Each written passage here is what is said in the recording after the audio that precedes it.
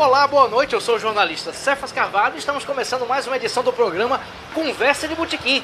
Toda sexta-feira, ao vivo pelo meu Facebook, no Bardalos Comida e Arte, uma entrevista com alguém que faz alguma coisa importante, que mexe com algum segmento em Natal e no Rio Grande do Norte. E no programa de hoje nós vamos ter o médico, escritor e compositor Damião Nobre, que já se encontra aqui e a quem eu vou saudar.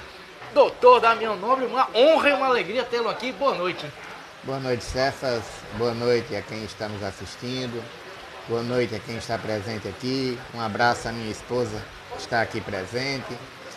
E eu agradeço penhoradamente a Geraldo e a você a oportunidade de ter me dado de participar desse programa, que realmente está sendo falado, bem falado em Natal, com a presença de alguns colegas e alguns médicos que têm histórias várias para contar.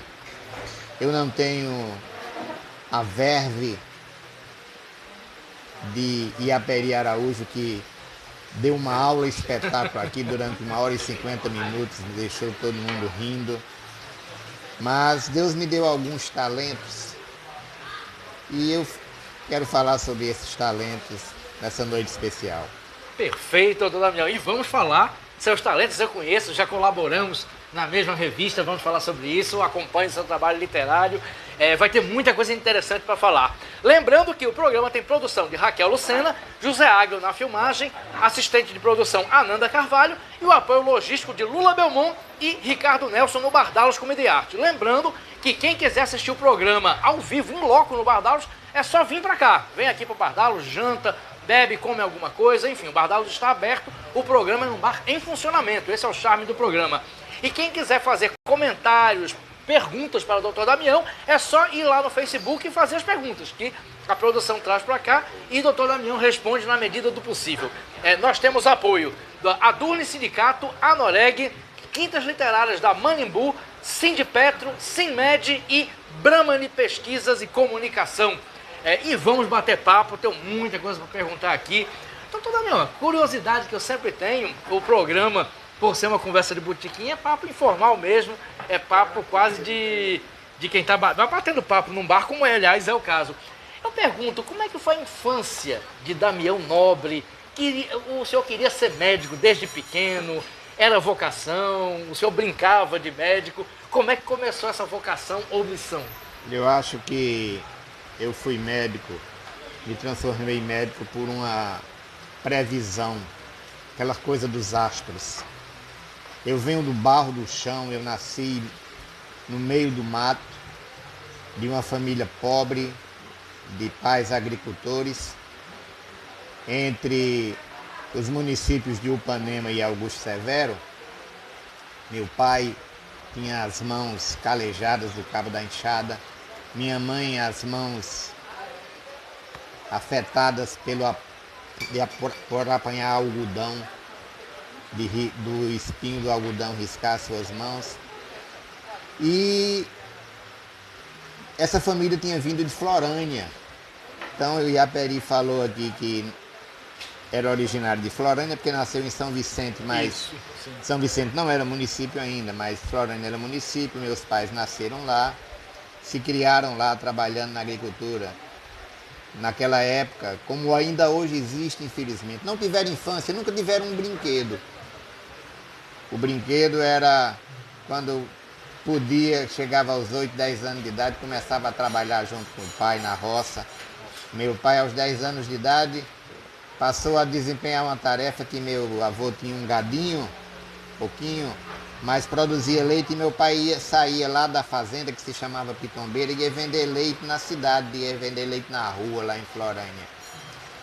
E assim foi a vida deles, até que um dia juntando cada tostãozinho do que produziam, eles conseguiram comprar uma propriedade no município de Augusto Severo, e aí a família se mudou para lá. Era a famosa agricultura familiar, que ainda hoje se fala usando como manada. Eu quero até fazer uma observação aqui e dizer que eu estou falando Augusto Severo, quando a gente sabe que a cidade hoje não se chama mais Augusto Severo. Mas quando eu nasci, se chamava Augusto Severo e deveria continuar se chamando Augusto Severo. Augusto Severo, e a Peri falou aqui, foi um dos maiores intelectuais do Rio Grande do Norte. Foi um cientista do conhecimento de aviação tão importante quanto Santos Dumont. Augusto Severo tem uma estátua dele em Paris. E o Rio Grande do Norte retirou a homenagem que tinha sido feita a ele, tirando o nome de Augusto Severo da cidade num plebiscito, numa dessas eleições, como todas as eleições nesse Brasil, que não é um país sério, para voltar o nome para Campo Grande, que nem é campo e nem é grande. Campo Grande, quando se fala em Campo Grande no Brasil, é Mato Grosso do Sul. Então eu nasci no município de Augusto Severo, era lá a propriedade de meus avós. Mamãe não teve nenhum acesso à assistência médica e veio descobrir, quando eu nasci, que a parteira, Dona Sinhá, me tirou da barriga de mamãe à luz de lamparinas. Quando ela me tirou da barriga de mamãe, disse, tem outro. Tinha outro. E minha avó, naquele momento, me batizou de Damião, porque disse que sendo gêmeos, era o Cosme e Damião. Então parece que ela vaticinou naquele momento que eu seria médico, porque um dos patronos da medicina são os santos Cosme e Damião. Criei-me inicialmente nessa fazenda, com muita dificuldade, meus pais trabalhando duramente. Em 1958 houve uma seca muito grande e ele disse à minha mãe, tinha umas resezinhas, tinha um gadinho, e ele disse que se em 1959 houvesse inverno, ele vendia que tinha ido embora para a cidade para educar os filhos. E assim ele fez, nós fomos embora para Mossoró, foi a segunda fase da minha vida. E lá eu comecei a... Eu já cheguei alfabetizado em Mossoró. Com quantos anos, Antônio? Com 6 anos eu cheguei alfabetizado por minha mãe. Sim. Minha mãe que me ensinou as letras e eu lia tudo. E eu fazia as 4 operações. Minha mãe semi-analfabeta, mas foi minha primeira professora. E eu nunca pensava o que eu ia ser na vida. Eu não sabia nem o que era um médico, a gente não ia um médico, que não tinha dinheiro para pagar um médico. Lá em Mossoró, quando a gente foi para Mossoró, já eram 3 filhos. Lá em Mossoró nasceram mais 3. E quando foi no dia 30 de setembro de 1967, inauguraram a Escola de Agronomia. Foi a primeira grande escola de nível superior de Mossoró, porque Mossoró tinha, creio que, 2 faculdades municipais, uma de filosofia e uma de ciências econômicas.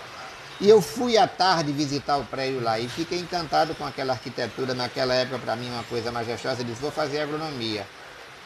Papai me mandou, então, papai então tomou uma decisão. Disse, se você quer fazer agronomia, então você vai saber o que é agronomia. E me mandou um menino com 14 anos de idade, que devia pesar pouco mais de 30 quilos, tinha menos de 1,5 m, que nunca tinha saído de casa para estudar interno na Escola Agrícola de Jundiaí. E lá na Escola de Jundiaí, no 3º ano, quando eu comecei a pensar o que é que eu ia ser na vida, se eu ia ser realmente agrônomo, eu descobri minha vocação para a medicina. Eu começava a pensar, meu Deus, o que é que eu vou fazer na vida? Eu quero fazer uma coisa onde eu possa ajudar as pessoas e as pessoas gostarem de mim. Aí eu descobri a profissão de médico e resolvi fazer vestibular para medicina, e foi assim que me tornei médico, mas nunca brincava de médico quando era menino, nem sabia direito o que era um médico e não pensava nisso, vim descobrir já com 17 anos de idade. Nossa, e como é que foi a formação como médico? Quais são as lembranças que o senhor guarda desse período? E a formatura, enfim, quando se tornou efetivamente médico? Eu entrei na faculdade e eu tive uma dificuldade no primeiro ano, porque lá em Jundiaí era um celeiro de grandes estudantes que eram bambambãs em matemática, e eu era um deles.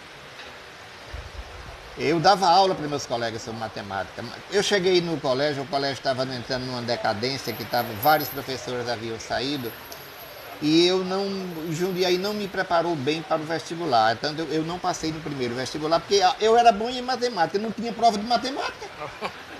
Aí eu não passei. Aí eu passei no segundo ano, depois tive dificuldades no primeiro ano de passar, de decorar a anatomia, Geraldo.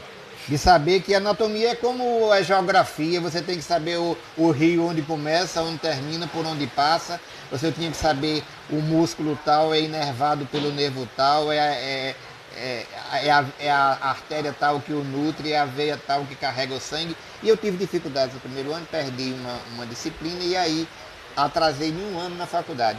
E aí interessante que no ano seguinte, minha irmã fez vestibular também, passou. E por conta desse atraso que eu tive, nós tivemos uma alegria muito grande em 1978, que fomos os 2 primeiros membros da nossa família a terminar um curso superior, 2 médicos. Que maravilha, história bonita. Meu pai, Cefas, ele formou os 6 filhos. Os 6 filhos? Da agricultura ele passou para um pequeno comércio, teve mercearias, pequenos restaurantes. Ele nunca possuiu um carro, mas ele botou uma coisa na cabeça: eu formo meus filhos. Formou os 6, sendo todos os 6 na federal. Naquela época não tem história de cota, não. Era ralando mesmo. E formou os 6 filhos na Universidade Federal do Rio Grande do Norte, sendo 3 médicos. Deixa eu perguntar uma curiosidade. E o Cosme? Cosme morreu com 3 dias de nascido. O senhor não falou, não sabia. Falei não, porque nascido naquelas condições precaríssimas. Sim. Não tinha assistência médica, não tinha médico, nem o Panema tinha médico morando. Então ficou lá pelas graças de Deus e pelos cuidados rudimentares que a parteira sabia fornecer. Mas nasceu mal e faleceu ao 3º dia. Lamento. E sobre a família então tem 3 médicos? Não, tem mais. Tem já tem mais porque veio outra geração. Sim. E minhas filhas não fizeram medicina, fizeram outras profissões. Mas eu tenho 2 irmãs médicas que cada uma tem uma filha médica também. Muito bom. Doutor Damião, aí a partir daí, aí o senhor se formou em medicina, virou efetivamente médico. Fala um pouquinho como é que o senhor seguiu a carreira. Aí qual foi a especialidade, quais foram as sensações que o senhor teve como médico? Primeiro deixa eu contar da minha experiência de Jundiaí. Sim. Eu cheguei em Jundiaí, um menininho, eu era o menor aluno de lá. E para divertir um pouco, nós vivemos hoje num mundo muito chato.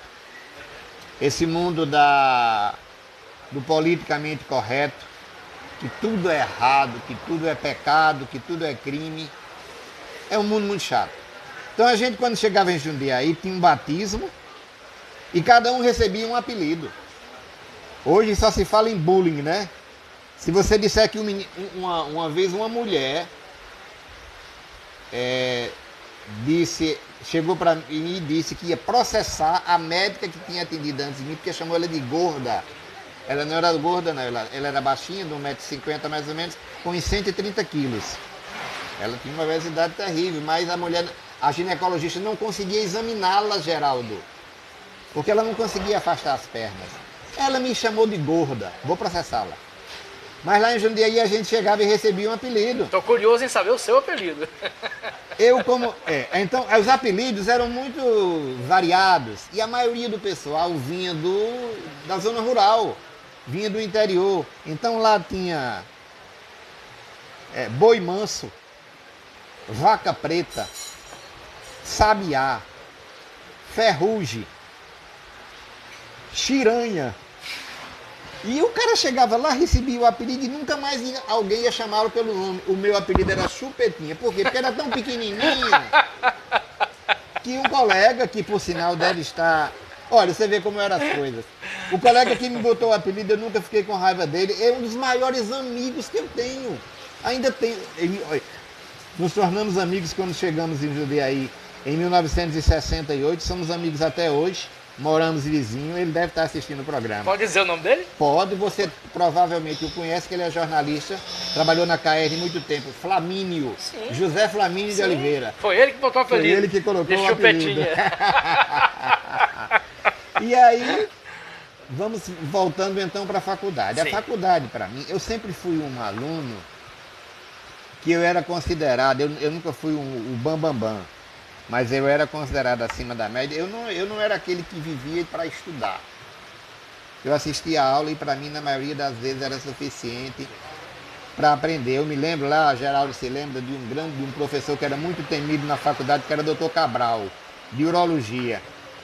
Cabral reprovava muita gente, todo mundo tinha medo da disciplina de urologia.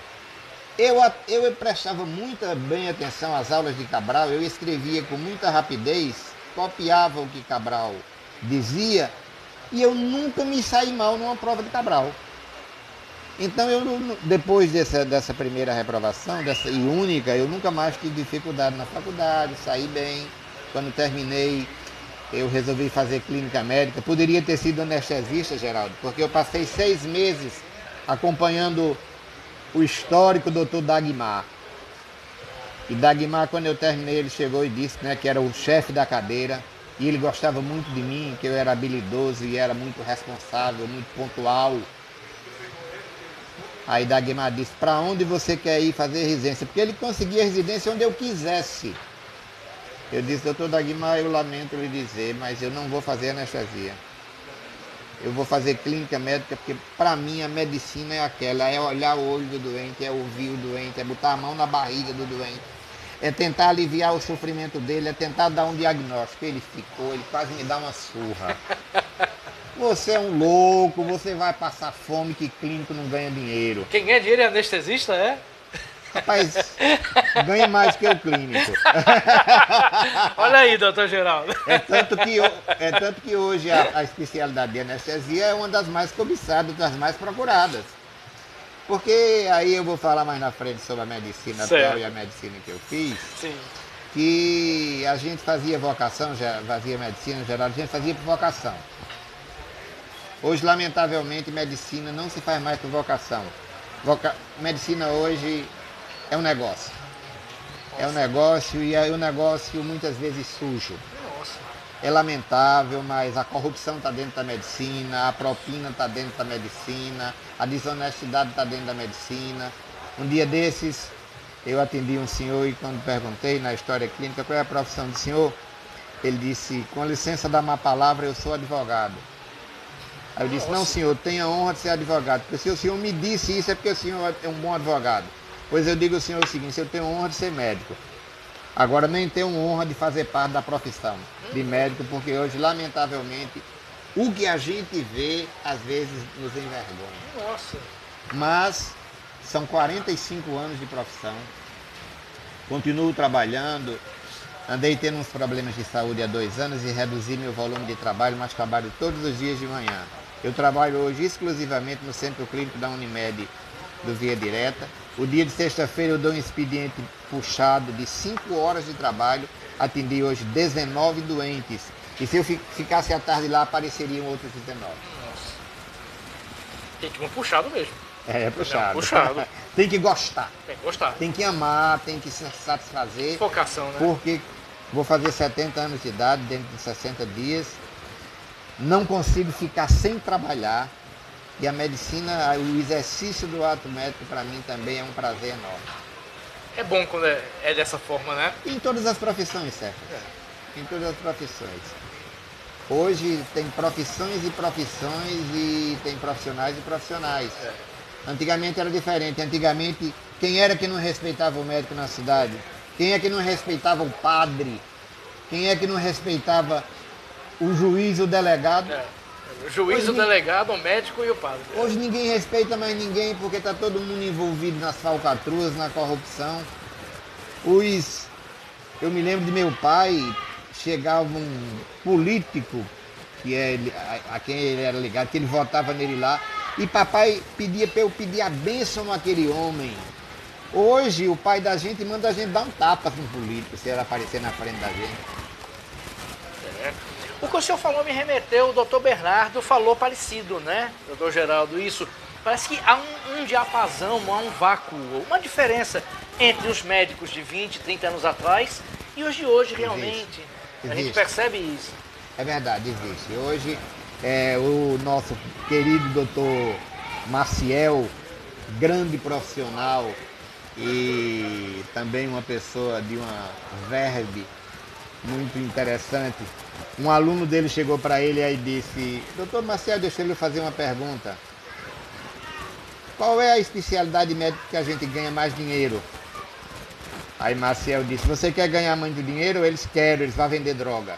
Nossa Senhora! Vai vender droga. O que é isso, professor? Ele disse: Mas reflete, né, filosoficamente o que o professor pensa. O mundo ficou cada vez mais materialista, cada vez mais consumista, não é? O aparelho celular, ele transformou o mundo, mas ele não trouxe só coisas boas. Então hoje as pessoas leem pouco, todo mundo se acha dono da verdade porque leu. Agora você tem que ter um personal trainer, personal de moda, tem que ter um influencer, tem que ter não sei o que mais.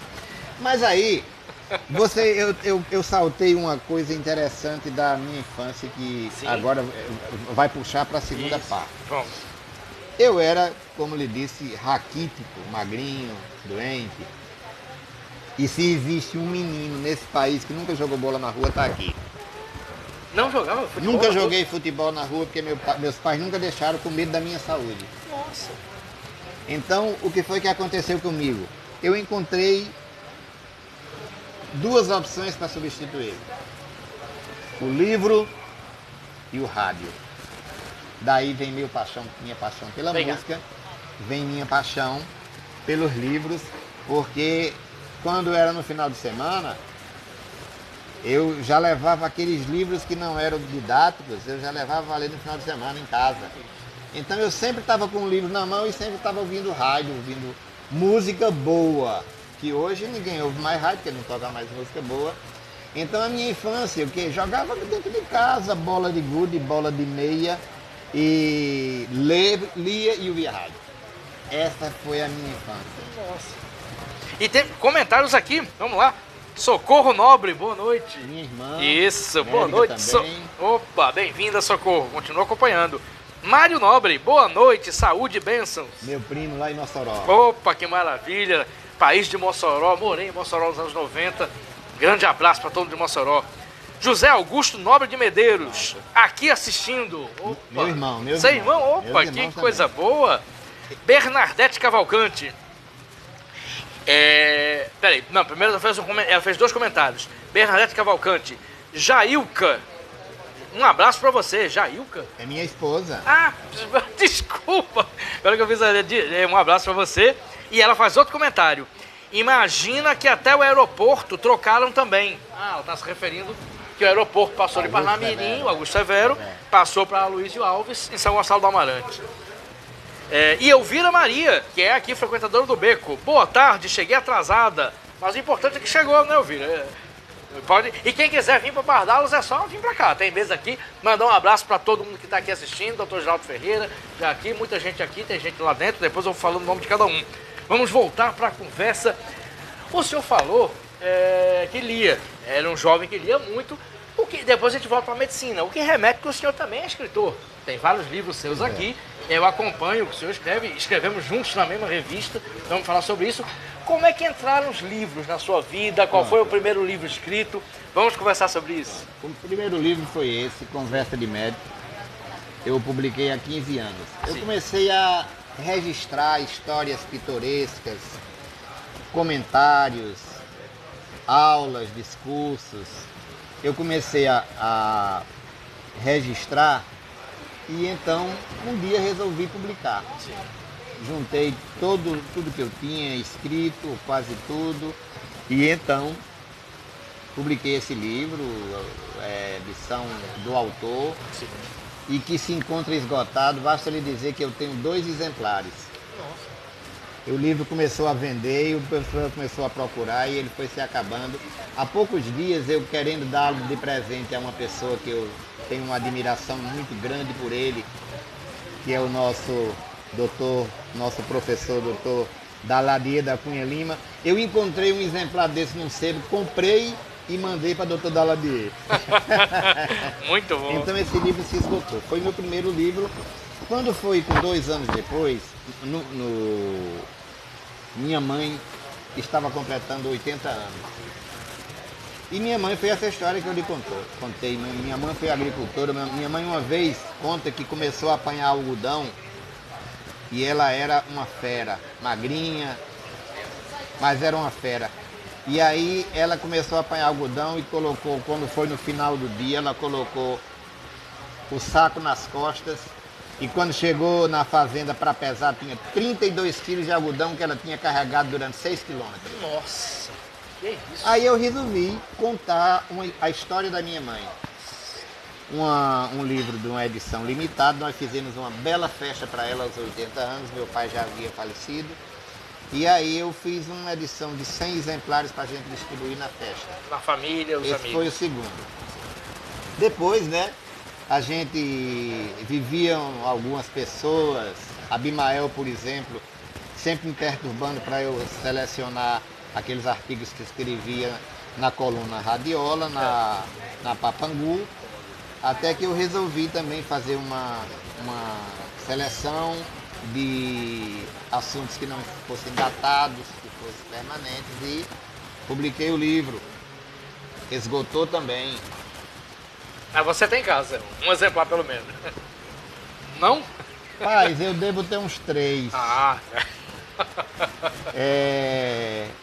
Aí foi quando Ivan Júnior lançou aquela coleção de perfis, de pequenas biografias, e ele me convidou para participar. Gosta muito de mim, gosta da forma como eu escrevo, e ele me convidou para participar. E queria que eu escrevesse a biografia de Ademildo Fonseca por conta da minha ligação com a música. Eu disse, Ivan, eu não vou escrever sobre Ademildo Fonseca, eu não tenho conhecimento suficiente para escrever, não é a minha praia, a música, o que eu conheço e conheço bem, é mais ou menos de 1960 e pouco para cá, 65, o que se convencionou chamar de música popular brasileira, que esse não existe essa história de música popular brasileira. Na Itália não existe música popular italiana, nos Estados Unidos não existe música popular nos Estados Unidos, não, no Brasil, mas eu vou contar essa história. sim. Eu reuni esses artigos, publiquei e ele esgotou. E aí, em Rodiola. E aí eu disse, agora tem uma pessoa que eu convivi com ele e eu sou a única pessoa no Rio Grande do Norte que tem condição de escrever a biografia dele. É Lino Julião, o homem do rabo do jumento. Por quê? Porque eu convivi com ele, ele foi casado, a última esposa dele, Veneranda, é tia da minha mulher. E aí, Veneranda detinha o patrimônio, detinha a história, detinha os contatos, e aí ele topou na hora e eu escrevi, o livro foi muito bem recebido, ainda hoje, ainda existem alguns exemplares por aí à venda. Mas me faltava uma coisa. Eu tinha o sonho de escrever uma ficção. Não, eu estou contando a história dos outros, eu estou fazendo comentários. E aí foi quando eu tive a ideia de escrever um livro infantil. E aí escrevi isso aqui. Isso. O Milagre do Livro na Terra de Para Sempre. Eu transformei meus 2 netos, Clara e Vicente, em personagens do livro. E esse livro aqui, ele foi bancado pelo programa de Jaú Maranhão. 1000 exemplares que foram distribuídos gratuitamente. Ele foi adotado pelo Colégio das Neves, para uma classe do Colégio das Neves. E hoje eu devo ter em casa uns 10 a 15. Já é mais. Já é um Já é pouco mais.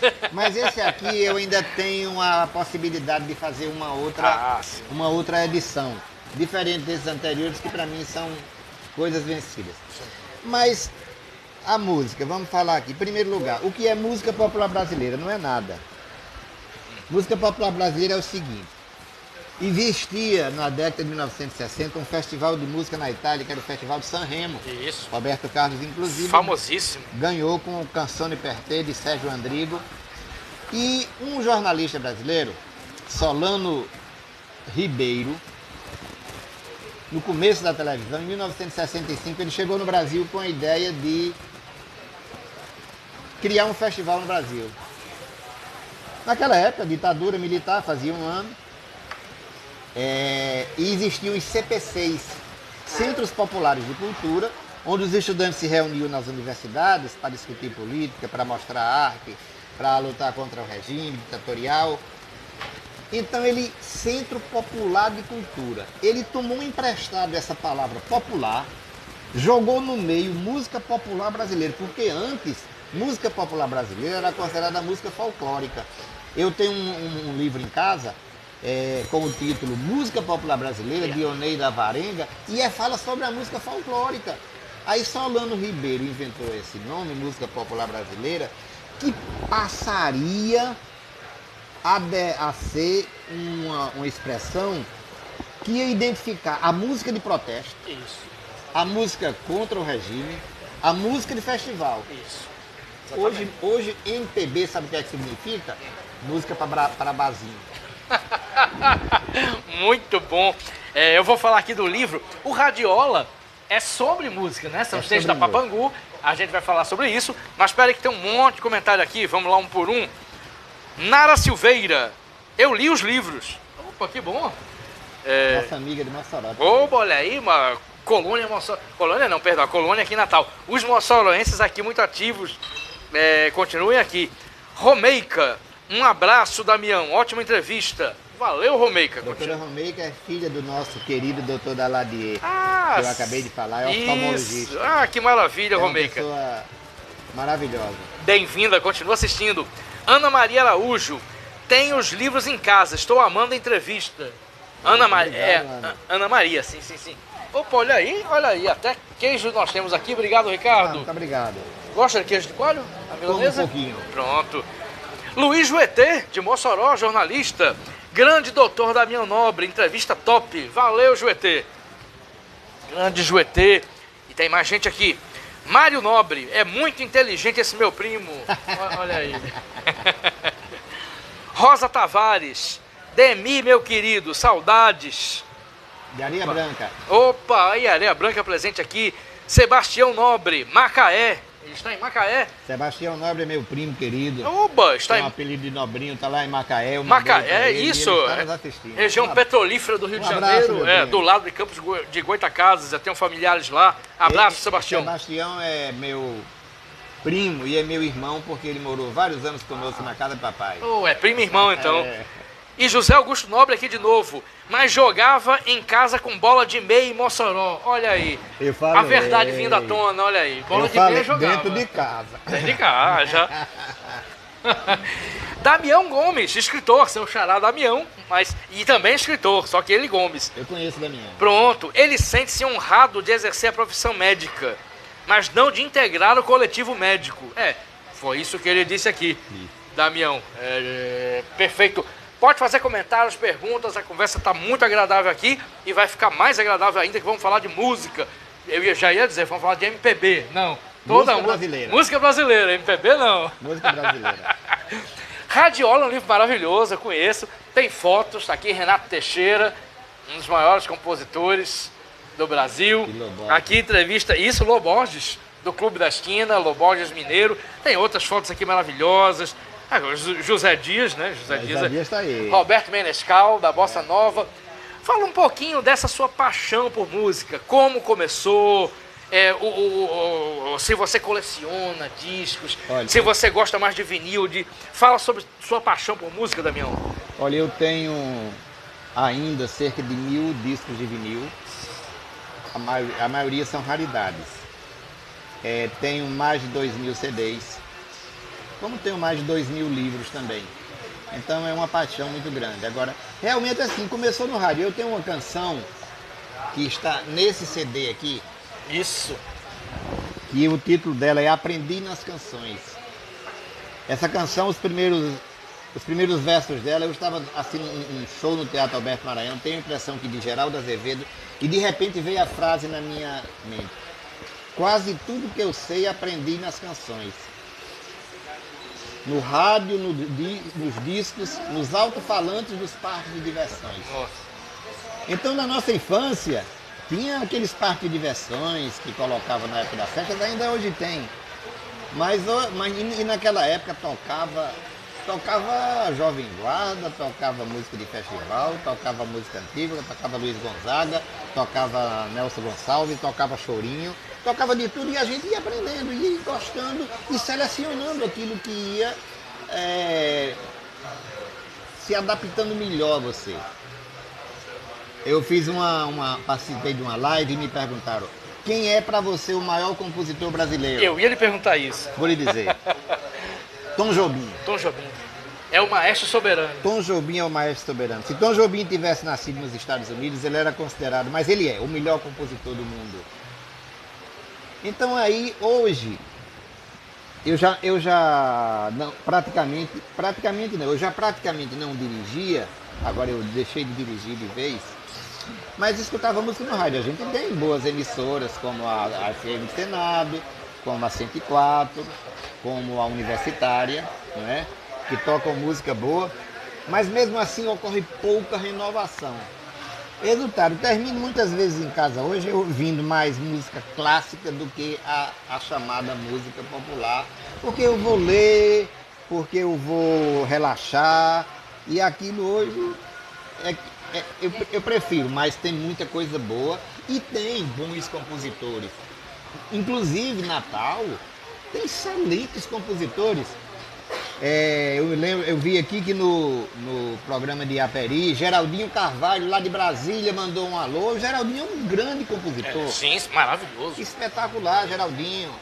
Uma vez eu escrevi um artigo sobre o disco de Geraldo Carvalho na Papangu. Nós temos Babal, de quem eu tenho a honra de ser parceiro também. Nós temos Carlos Zenz. Maravilhoso. Pois é. Então são muitos compositores agora.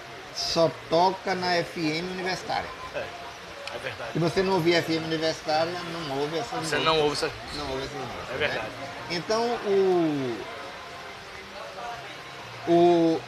nós temos... E se você me perguntasse, e nessa linha toda, qual é a música que você considera a música mais bonita do cancioneiro brasileiro? Qual é? Carinhoso.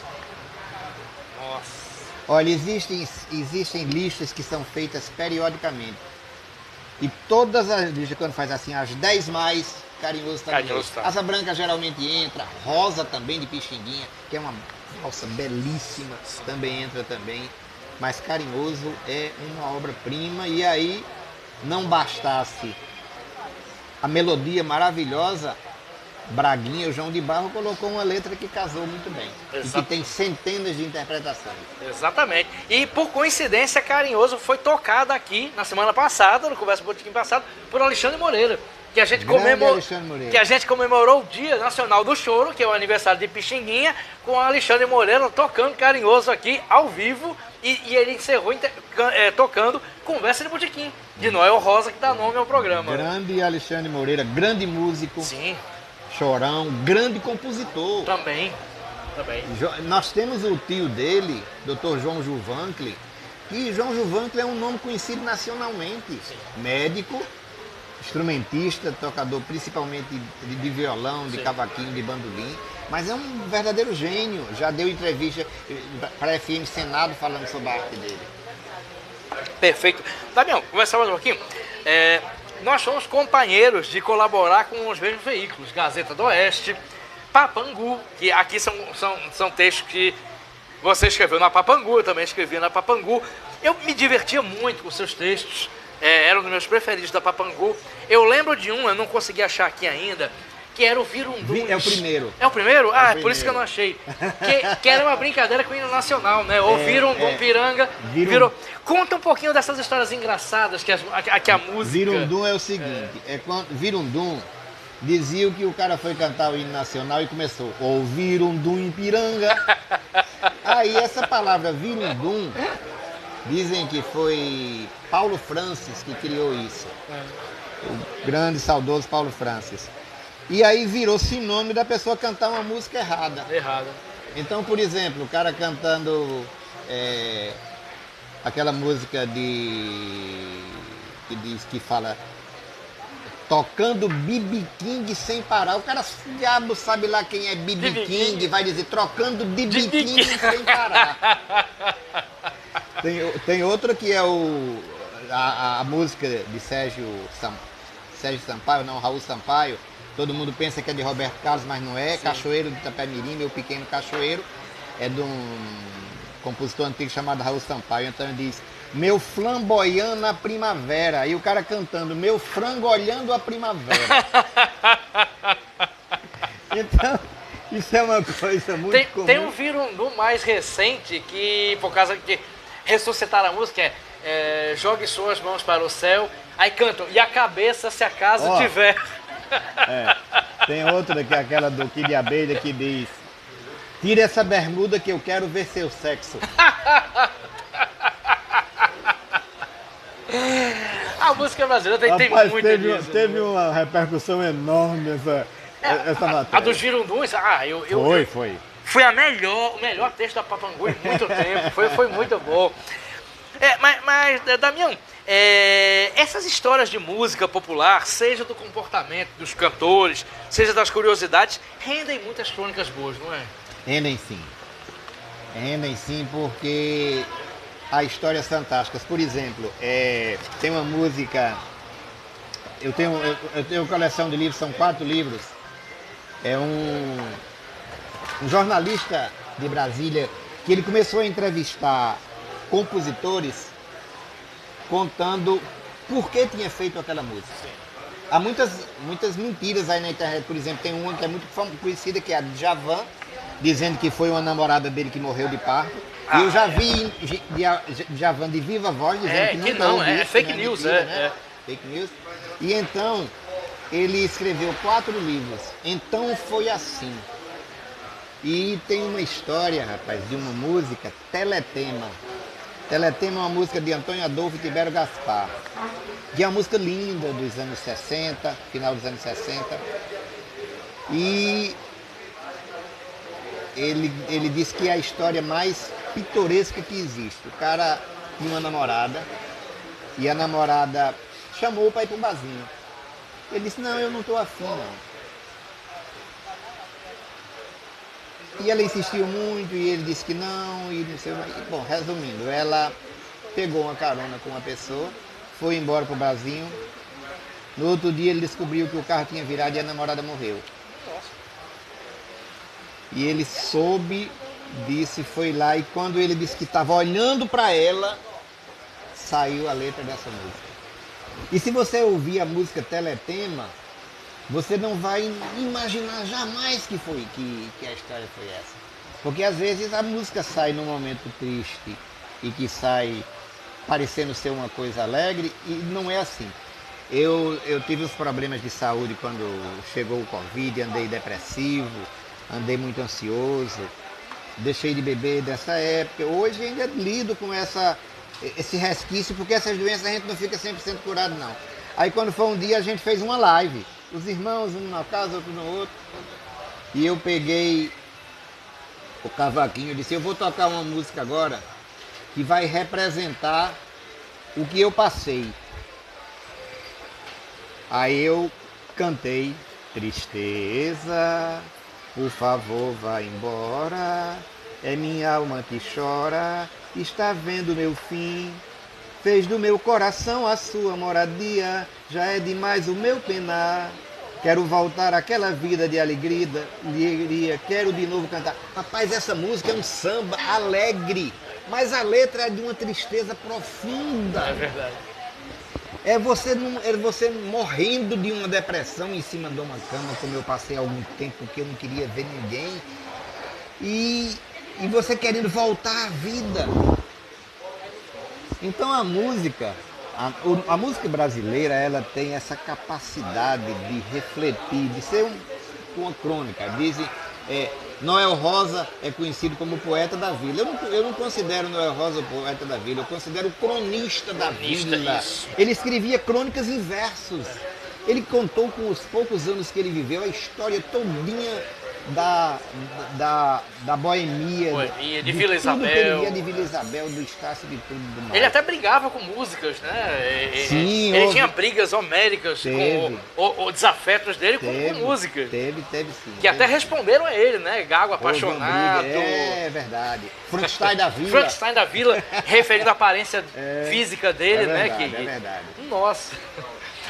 Outras curiosidades.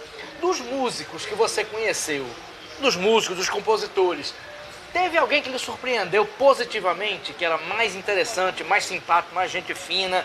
E ao contrário, teve alguém que lhe decepcionou? Aconteceram as duas coisas? Rapaz, eu sou muito amigo de Evaldo, fotógrafo, o fotógrafo dos artistas, Isso, né? Que está sempre no Teatro Aberto. Exatamente. Sou amigo da época de jovem. E quando terminava os shows, a gente ia lá pra Coxia pra conversar, a gente teve de sair pra jantar. O cara mais simpático, mais simples e mais simpático que eu conheci e conversei com ele, e digo isso com tristeza profunda, foi Vanderly. Vanderly era um cara, tivemos uma conversa longa, um cara fantástico, simples, brilhante, e de repente morreu muito cedo. Como músico, de pegar um instrumento e fazer dele o que queria, para mim o mais impressionante foi Egberto Gismonti. O cara pegar um violão e com uma mão sozinha e com a outra aqui atrás fazer o que aquele homem faz, é uma coisa impressionante. Nossa. Os cantores, assim, de maneira geral, os instrumentistas, existem aqueles que são mais introspectivos e aqueles que são mais soltos, né? Por exemplo, eu recordo que Amandu Costa, quando fez um show memorável aqui na Pinacoteca, ele depois veio aqui para o Bardalos. Na verdade, o Bardalos era do outro lado da rua. Ele ficou tocando no Bardalos para os frequentadores. Já tem outros que se isolam no hotel e não saem, né? E não dão boa noite. Vou dar um exemplo. Ninguém faz Paulinho da Viola tocar sem ser ou numa festa onde ele foi convidado e já sabia que ia tocar, ou então num espetáculo. Negócio de dar uma palhinha. Não. Com Paulinho da Viola, não. E olha que ele é considerado um gentleman. Mas não dá palhinha, não. Não dá palhinha. E assim, e lhe decepcionar? Teve algum que lhe decepcionou? Não. Eu nunca tive nenhuma decepção. Uma pessoa que... Uma surpresa que eu tive, eu tenho essa foto lá na parede, lá em casa também, foi eu sair daqui para Fortaleza para assistir um show de Chico Buarque. E ficamos no mesmo hotel e ele saiu para bater a pelada dele, célebre. E quando ele voltou da pelada, com o uniforme de peladeiro, eu vi que ele tinha chegado e fui lá, falei com ele, disse que estava vindo de Natal para assistir o show, pedi para tirar uma foto com ele, e ele foi extremamente cordial, tiramos a foto está lá em casa. Mas ele é tímido, né? Ele é introspectivo. Mas ele é bem... E outra coisa, nesse show teve um detalhe interessante, era um show ao ar livre. E ele começou o show, quando ele tocou em 5 músicas, ele percebeu que havia um ruído de um lado da plateia que parece que não estava satisfeito. Aí ele parou o show e perguntou, está acontecendo alguma coisa? Aí uma pessoa disse, o som está chegando ruim aqui. Aí ele disse, então vamos consertar. Parou o show, consertaram, ele tinha cantado umas 5 músicas. Aí quando ele voltou, se agora tudo bem? Tudo bem, ele disse. Então a gente continua o show, começa de novo. Nossa. Lógico que pediram para começar de novo. Para começar de novo. Não, muito bom. Eu lembrei, Damião, que Chico Buarque já deu uma entrevista dizendo que todo show ele tem que estar com as 3 doses de uísque. Primeiro. Rapaz, ele ao que parece, ultimamente ele deixou esse hábito. Embora, sim, ele faz muito pouco show. Muito pouco show. Mas tem alguns artistas que não conseguem entrar no palco sem beber. Sem beber. O mais célebre deles, né, que disse que tomava um litro de rum antes de entrar no palco, era Reginaldo Rossi. Eu já ouvi essa história. Disse que tomava um litro. Tim Maia também. Tim Maia entrava sempre... Seja bem-vindo, meu amigo Manel Marques. Opa, olá, bem-vindo. Opa. Tudo bem? Olá, cumprimentos ao vivo, estamos no Conversa de Botequim. 50 minutos, o tempo passou voando. Eu pensei que não tinha 20 minutos. Poxa. Mas, e haja comentário. Vamos lá. O papo tá muito bom. A gente vai voltar pro papo aqui de música, que tá muito bom. Nara Silveira. Conversa imperdível. Ele sabe sobre medicina, sobre música, sobre política. Ele também sabe tudo. Algo assim. Beleza, Nara? Continue acompanhando. E a Romeica. Radiola eu tenho, é formidável. Isso, Radiola é esse livro aqui maravilhoso. Tá esgotado, Damião? Tá. Não tem como... Tá esgotado. Tá esgotado? Tá. Não tem uma segunda edição? Não sei, talvez não. Esse é muito bom. Eu tinha esse livro, mas acabei perdendo. Mas eu vou dar um jeito de recuperar. Esse aqui não pode não, né? Que esse aqui é seu, né? A gente tenta, né? Mas eu vou tentar conseguir tentar não mata ninguém, né? Eu vou tentar conseguir. Ninguém, nunca você está errado por tentar. Rosa Tavares, gosto demais desse livro infantil, uma delícia. Sim, o livro aqui, e vai ter novo livro, viu? Vai ser lançado em junho. Olha, esse livro foi o seguinte, eu escrevi o livro, coloquei meu pai como personagem, é o vovô Joca, e minha neta Clara e minha neta Vicente. Quando eu publiquei, Clara tinha 4 anos e eu já tinha mais 2 netos. Nicolas, que hoje está com 3 anos, e Júlia, que tem 4. Aí Clara chegou para mim e disse, vovô, por que o Nicolas e Júlia não estão no livro? Aí eu disse, minha filha, porque quando o vovô escreveu esse livro, eles não tinham nascido ainda. Eu disse, não, vovô, não é justo. Você agora tem que escrever outro para colocá-los como personagem. E então o livro novo, que se chama Se o Bom e o Mal Existem, é um livro que tem como personagens os outros 2 netos. Muito justo. Muito justo. A lógica infantil é implacável, né? Não, e quase sempre eles que mandam. Correta, com certeza. Ana Maria Nobre, esse meu pai é demais, que orgulho. Olha aí. Valeu, Ana Maria. Totonho Pires, esse rapaz é médico nas horas vagas. Olha, esse Totonho Pires é um grande amigo também lá da época de Jundiaí. Nós somos amigos desde 1968. Nossa Senhora, haja amizade. Rogério Silva, show, parabéns. Esses livros tem para vender no Bardalos? Olha, não tem. Né? Olha, eu vez por outra, o meu amigo Cláudio Arcanjo, Sim.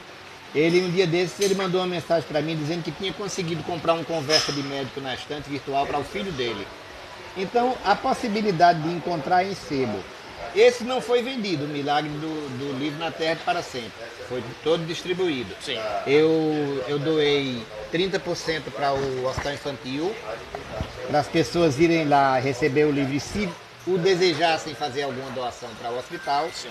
Depois ele foi adotado pelo Colégio das Neves e o resto eu distribuí com a família, com os amigos, com a prefeitura fica com alguns, a Unimed que patrocinou ficou com outros também. E esse vai ser mais fácil de encontrar. Sim. Mas é procurar, é anotar, procurar em sebo e procurar na estante virtual que de vez em quando aparece. Opa, olha aí, Rogério, registrado. Tem gente que vai querer os livros, né? Esse aqui eu não sei qual é o destino dele, não sei se... Vamos tentando. Cláudio Wagner, boa noite. Boa noite, Cláudio Wagner. Cláudio Wagner da SPVA, Sociedade dos Poetas Vivos e Afins, bem-vindo. Fontoura Magnalda, estou feliz por ver 2 homens inteligentes dialogando. Grande abraço, Dr. Bernardo Celestino Pimentel. Olha aí. Dr. Bernardo foi entrevistado aqui.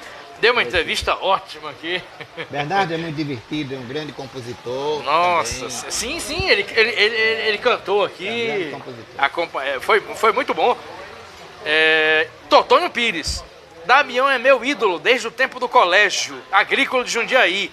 Pergunte pelo violão que ele levou pro colégio agrícola. Opa! Não, Totonho, agora você se enganou. Eu não levei violão pro colégio agrícola. Naquela época, eu não tocava violão. Eu depois, já na faculdade, foi que eu aprendi os acordes básicos. Sim. E maltrato o violão e maltrato um cavaquinho de vez em quando. Mas lá na escola de Jundiaí, tinha algumas pessoas que tinham violão, mas eu não era um dos proprietários, porque meu pai não deixou que eu aprendesse violão, porque ele dizia que violão era coisa de vagabundo. E se eu aprendesse a tocar violão, eu ia aprender a tomar cachaça, não ia estudar. Olha aí. A gente está chegando à reta final do programa, já deve ter passado de 1 hora, mas dá tempo ainda de mais comentários e algumas perguntas. Damião, a gente já falou aqui que esse livro Radiola, que é ótimo, são crônicas da Papangu. Você escrever em jornais, em revistas, em sites, cria uma obrigatoriedade, né? Cria uma disciplina.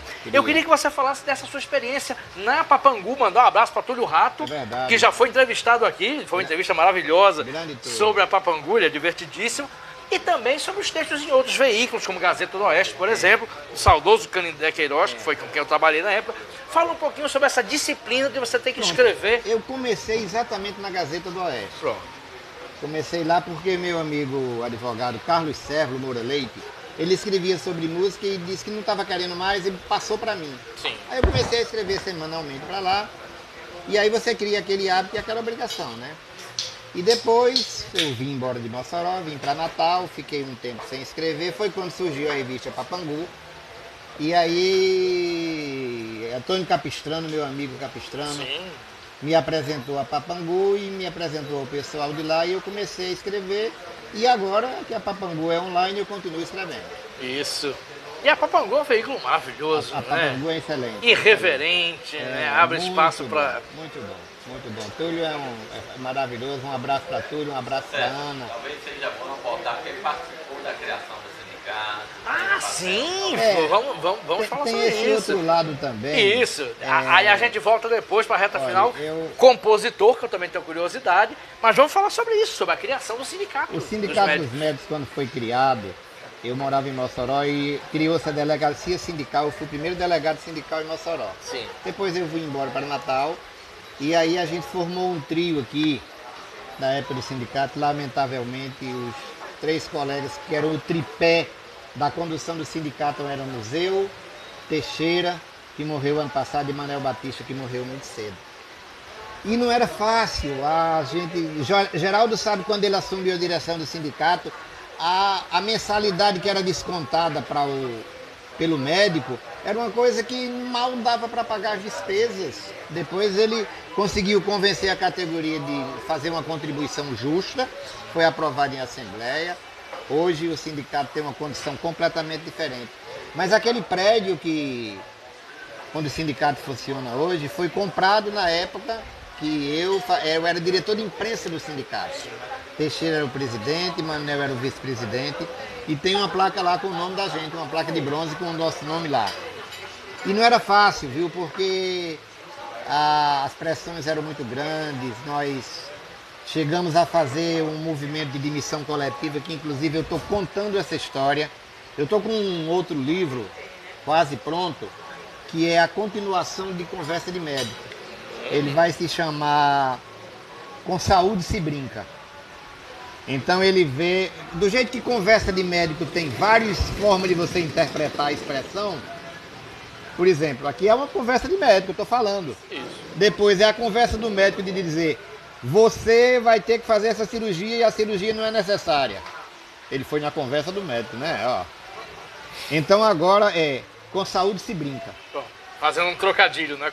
Fazendo com a trocadilho também. Então tem assuntos cômicos, tem análises críticas à medicina que se pratica hoje. Hoje o médico, como eu, como o Geraldo se formou, é um ser em extinção, porque o doente ele não chega mais na cadeira do médico e diz assim: doutor, eu vim aqui porque eu estou sentindo. Não, ele diz: doutor, eu vim aqui porque eu queria fazer uns exames. Metade dos doentes vão assim: doutor, eu queria fazer uns exames. Que exames? Não, peça todos os que o senhor puder. Não, tenha calma. Calma. Olha, em primeiro lugar, eu quero lhe dizer que você não veio aqui para ele pedir exame. Você veio aqui para se consultar. Então eu quero saber quem é você, o que é que você faz, como é que você vive, quem é seu pai, quem é sua mãe, se tem problemas de saúde familiar, qual é a sua profissão, o que é que você está sentindo, para eu saber quais são os exames que você precisa. Porque se eu disser a você que tem uma mulher chega e diz: doutor, é o seguinte, eu queria fazer uns exames, uma mulher com vida sexual ativa e diz: doutor, faz 3 meses que eu não menstruo e minha barriga está crescendo, eu queria fazer uns exames, só precisa de um teste de gravidez. Chegou uma pessoa e Só disse, doutor, essa semana chegou um pra mim, doutor, eu vim aqui, doutor, que eu tô preocupado com uma coisa, eu queria fazer uns exames, porque eu tô perdendo peso, tomando muita água e urinando muito. Só precisa de um glicemia e se chama diabetes. Isso. Mas não, tem médico que pede 60 exames de uma vez. Ele nem sabe interpretar. É. Não sabe, porque quem sabe interpretar pede 3, 4, 5, 6, 8, 10 no máximo. E na verdade a gente pede, a maioria a gente não pede porque precisa não. A gente pede porque se não pedir o doente sai com raiva da gente. Então eu estou escrevendo esse livro, Sim. baseado nessa medicina humanizada. Isso.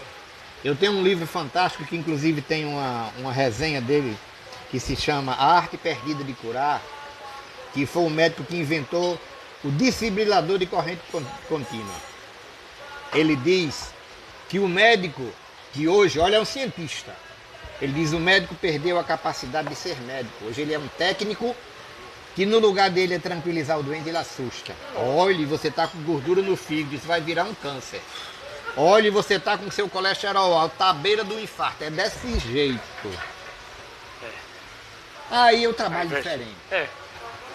Aí eu trabalho diferente. Eu já tenho uma história, Geraldo. A consulta que eu não consegui terminar, porque a mulher não queria responder minhas perguntas. Terminou indo embora. Disse, eu vou me embora. Como é que foi isso, Damião? Eu vou contar no livro. Conte. Vai sair no livro. Ah, mas pode contar aqui, não adiantar, pelo menos Não, essa? vou adiantar não, viu? Então teve essa experiência do sindicato, era muito difícil, sabe? Mas a gente teve grandes vitórias. E o sindicato continua hoje como uma entidade muito forte no Rio Grande do Norte, certo? O sindicalismo passou por uma modificação muito grande nos últimos anos. Já não é o mesmo sindicalismo de antigamente. E uma das coisas ruins do sindicalismo foi misturar com política. Olha, misturar o público com o privado é terrível. Por isso que o SUS, eu digo que o SUS é uma farsa. Porque é uma coisa que só funciona para quem interessa. Hoje, chegou um rapazinho na minha casa, que a mãe dele presta serviço para a gente, que ele se operou de fimose. Ele precisava se operar de fimose, foi no centro de saúde, o médico examinou, pediu o encaminhamento para o hospital universitário para ele se operar de fimose, e ele foi chamado para fazer a cirurgia a semana passada, 10 anos depois. Nossa. E assim para operar uma hérnia, para operar uma vesícula, para operar uma fimose, não é não, Geraldo? Não existe. Nossa. Agora, quando é um negócio que dá muito dinheiro, você consegue no outro dia. Ah, complicado. Em relação a essa questão que o Damião vai contar depois, eu tenho uma parecida com Reginaldo Trigueiro. Sim. Contou. Foi entrevistar uma senhora para fazer uma cirurgia. Nome, idade, né? Doenças prévias, etc. E tal. E aprofundando a conversa, ela olhou para ele e disse: o senhor vai se operar ou quer casar comigo? Essa vai sair no livro? Pode sair. Pode sair. Tem muita história boa. A gente já passou de 1 hora, né, produção? Daqui a pouco o Bardalos vai me chamar a atenção, a produção também. Mas uma última pergunta que é sobre composição. Sim. Inclusive, quando eu botei a foto da gente no Instagram, Ana Flávia Spinelli, uma amiga querida, já foi dizer, sabe dele também, porque eu falei, vou conversar com o médico e escritor Damião Nobre. Aí ela falou, já um segundo depois ela falou, ele também é compositor. Pronto. Fala um pouquinho sobre esse lado de Vou compositor. Falar um pouquinho. Eu fiz uma música que foi para minha esposa quando a gente era namorado. E anos depois eu resolvi inscrevê-la no festival. E ela foi classificada. E o pai de Ana Spinelli, Dr. Antônio Carlos Spinelli, descobriu, e ele é médico e compositor, e me convenceu a gente elaborar um projeto para periodicamente a gente gravar músicas com compositores médicos. Então a gente começou um projeto que virou uma seleção médico popular brasileiro, em que a gente gravou 9 CDs. O último a gente gravou há 2 anos. A gente compõe, às vezes a gente mesmo que canta, às vezes contrata um profissional para gravar. Eu tenho músicas que contratei para gravar, né? O profissional Eu tenho músicas gravadas com a banda Perfume de Gardênia, com Jubileu Filho, com Cristal. E no último disco eu fui muito ousado e eu resolvi entrar em contato e convidar. E quem cantou a minha música foi simplesmente Geraldo Azevedo. Olha aí. Então, só vamos isso. lá, meu amigo, por intermédio de Babal, eu entrei em contato com ele, eu digo, olha, tem um amigo meu que quer saber quanto é que você vai cobrar. Ele mandou a música. E assim, as músicas, eu posso dizer que as minhas músicas são de qualidade, porque várias delas tocaram e fizeram parte da seleção da FM Universitária. Ah, é. Já eu tô vendo aqui João Juvankli, que a gente falou, Juvankli, sim. que é tio de Alexandre Moreira, Tio de Alexandre Moreira. que foi entrevistado na semana passada, como a gente já falou, arrastando a asa. É um chorinho. Chorinho, nossa, que bacana. Aí deve ter Bernardo também. Tem muita gente boa aqui. Paulo Davim, Paulo Davim. ex-senador Paulo Davim. Ex-senador. Nossa senhora. Letrista. Eu fiquei muito interessante esse CD. Produção, temos mais alguma pergunta? Não? Tranquilo? Então chegamos aqui uma hora. Deixa eu só agradecer aqui as considerações finais. Agradecer ao Dr. Geraldo Ferreira, do CIMED, que viabilizou essa entrevista maravilhosa com o Dr. Damião Nobre, que também é escritor e compositor. Lembrar que o programa tem produção de Raquel Lucena, filmagem de José Áglio, Ananda Carvalho, assistente de produção, e apoio logístico de Lula Belmont e Ricardo Nelson. Nós temos como apoiadores CIMED, Sindipetro, Anoreg, Adurne Sindicato, Quintas Literárias da Manimbu, grande abraço para Luiz Azevedo, e Brahmani Pesquisa e Comunicação. Agradecer a todo mundo que está aqui no Bardalos, muita gente bacana, Abimael Silva, editor aqui, Christian Vasconcelos, jornalista, estava aqui, Dorian Lima, produtor, muita gente bacana. Agradecer Damião Nobre, muito obrigado pela entrevista, foi maravilhosa, uma salva de palmas. Assista a entrevista. Muito obrigado. E daqui a pouco, lembrando, só um pouquinho que a produção está me lembrando, daqui a pouco tem show de aniversário de 18 anos do Bardalos. Jaina Elni, aqui, show ao vivo, o Bardalos completa 18 anos. Damião Nobre, suas considerações finais. Muito obrigado, eu peço desculpas a quem não agradei e fico muito feliz de ter agradado a alguém. Obrigado, Geraldo, obrigado, Certas, obrigado ao Bardalos, boa noite. Boa noite, obrigado a todos e todas que nos assistiram. Até o próximo Conversa de Botequim.